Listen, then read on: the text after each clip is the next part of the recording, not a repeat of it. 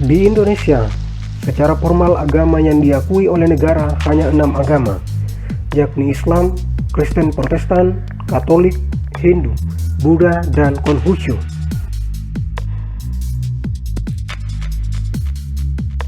Namun jauh sebelum Indonesia merdeka, telah eksis aliran-aliran kepercayaan yang dianut oleh masyarakat lokal di Nusantara, tidak terkecuali paham keagamaan Muhdi Akbar atau dikenal dengan agama Binanga Benteng di Selayar bagian selatan.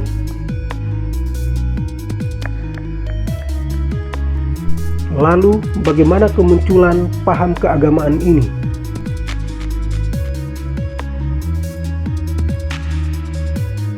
M. Arsyad dalam artikelnya Pengembangan Pemikiran Keagamaan di Selayar yang terbit pada tahun 1996 menjelaskan bahwa paham ini telah eksis sejak tahun 1881 dibawa oleh Haji Abdul Ghani sepulang dari menimba ilmu di Mekah.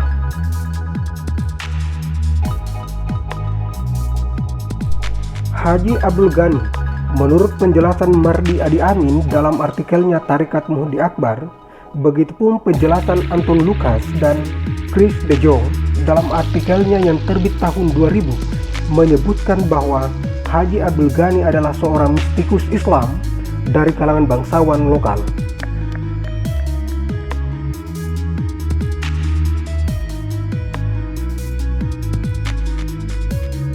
Nama lengkapnya adalah Syekh Abdul Ghani Daiman Rapi Ibnu Rahman atau dikenal dengan nama Opu Tuan, yang lahir pada tahun 1846 di Batang Mata, Selayar bagian utara, dan meninggal pada tahun 1922.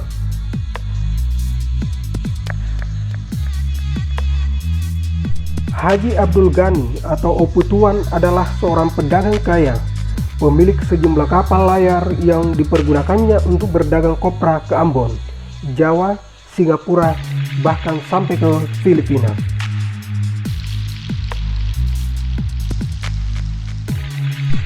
Kakeknya sendiri adalah seorang kepala distrik atau Opu Batang Mata yang menyuruhnya ke Mekah untuk lebih mendalami dan mempelajari ilmu agama serta mencari pengetahuan-pengetahuan kerohanian lainnya.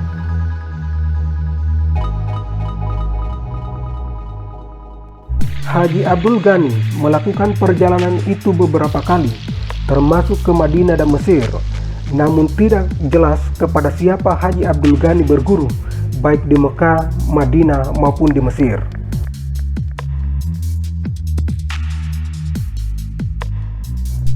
Di antara tahun 1912 dan 1918, Haji Abdul Ghani kembali ke kampung kelahirannya Batam Mata dan mulai menyebarkan pemahaman Islam yang didapat dari perjalanan pengembaraannya di Timur Tengah.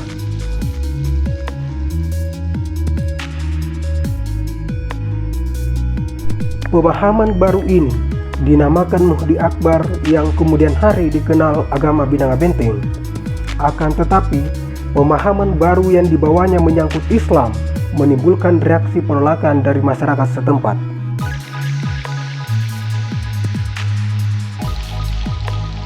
Ajaran Haji Abdul Ghani mendapat serangan dan perlawanan dari tokoh adat dan bangsawan, dan di sisi lain mendapat serangan dari kalangan Islam tradisional.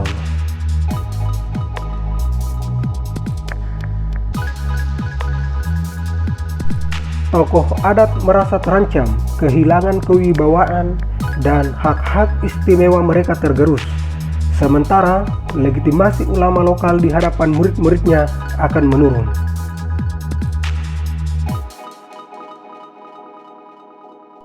Anton Lucas dan Chris de Jong menjelaskan bahwa akibat tekanan yang berlebih, pada akhirnya Haji Abdul Ghani hijrah ke Balam Benteng atau sekarang Binanga Benteng, Selayar bagian selatan.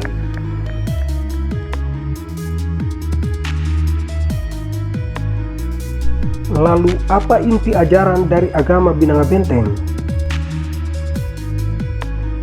Menurut Arsyad, awalnya ajaran ini lebih bersifat gerakan puritanistik atau ortodoksi yang berusaha untuk membebaskan masyarakat Islam dari sikap feodalistik dan paham yang mengeksploitasi terhadap sesama muslim.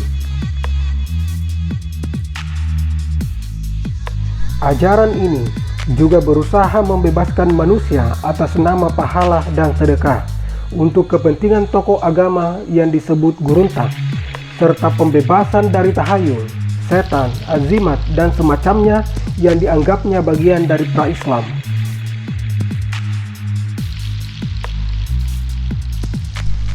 Muhammad Arifandi dalam laporannya mengutip buku yang ditulis Firmansyah yang menjelaskan bahwa dalam pandangan kepercayaan ini, manusia pada hakikatnya hidup di dunia untuk mencari dan mengenal Tuhan. Tetapi sebelum mengenal Tuhan, manusia harus terlebih dahulu mengenal dirinya sendiri. Pandangan tersebut berasal dari konsep at-tauhid yang diperkenalkan oleh Haji Abdul Ghani. Dalam ajaran agama Binanga Benteng, at-tauhid merupakan ibadah yang dilakukan untuk membersihkan atau menyucikan hati dari segala pengaruh duniawi.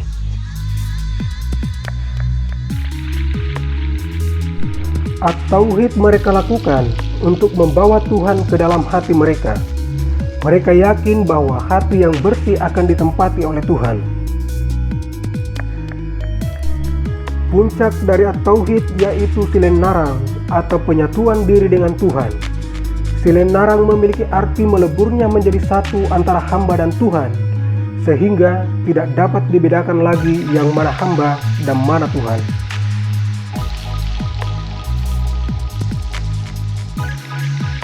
Ajaran at-tauhid ini serupa dengan doktrin Ittihad Abu Yazid Al-Bustami dengan konsep fana, yaitu keadaan di mana hamba menyatu dengan Tuhannya setelah sifat-sifat kemanusiaan melebur ke dalam sifat-sifat ilahiyah.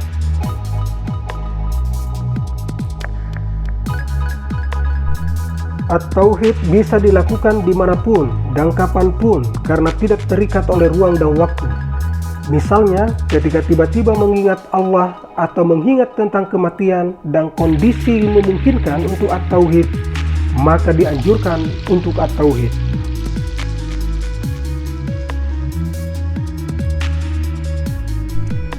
Para penganut agama Binanga Benteng biasanya at-tauhid bersama sekali dalam seminggu, dan puncaknya pada tanggal 12 Agustus yang merupakan hari wafatnya Haji Muhammad Yusuf, salah satu murid terkemuka Haji Abdul Ghani.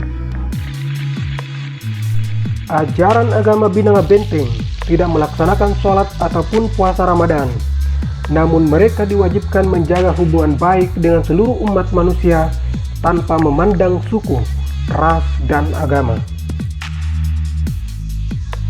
Lalu, bagaimana sejarah perkembangannya? Haji Abdul Ghani berhasil membentuk kekuatan generasi pertama dengan tampilnya sejumlah murid sebagai mubalik. Muridnya yang ternama adalah Sarepe Ali Tuan Muhammad, Haji Muhammad Yusuf, dan Inci Rahim.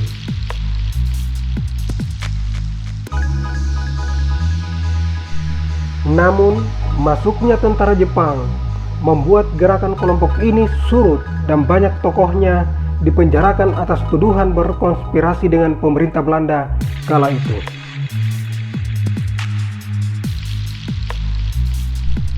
Pada zaman kemerdekaan, mereka bangkit kembali dan pada tahun 1948 menyatakan diri sebagai Partai Muhdi Akbar. Atas alasan persaingan kelompok, pada tahun 1954 memisahkan diri sebagai agama yang independen dan lepas dari urusan Islam.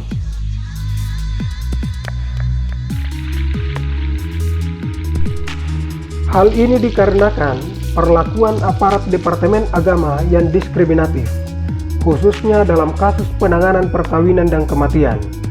Begitupun, sering muncul tuduhan kafir dan komunis karena menentang Departemen Agama. Puncak pertikaian kelompok ini terjadi ketika diminta dengan tegas keluar dari Islam melalui surat pada tanggal 28 Oktober 1954 oleh Kepala Kantor Penerangan Agama Provinsi Sulawesi.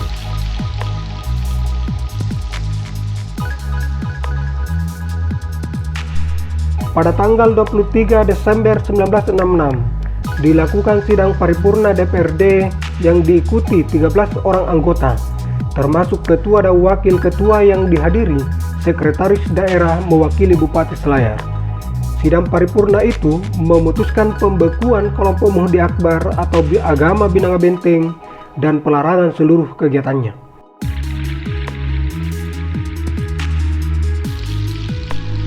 Mereka dipaksa memilih agama formal yang diakui oleh negara. Beberapa tokoh Muhdi Akbar seperti Nurdin Samad, Rahim pernah dipaksa mengikuti penataran agama Hindu di Jakarta.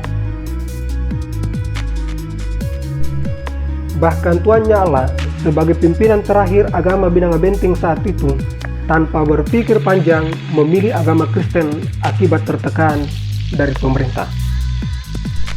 Sampai sekarang, sisa-sisa pengikut agama Binanga Benteng masih ada, walau jumlahnya tidak lagi signifikan.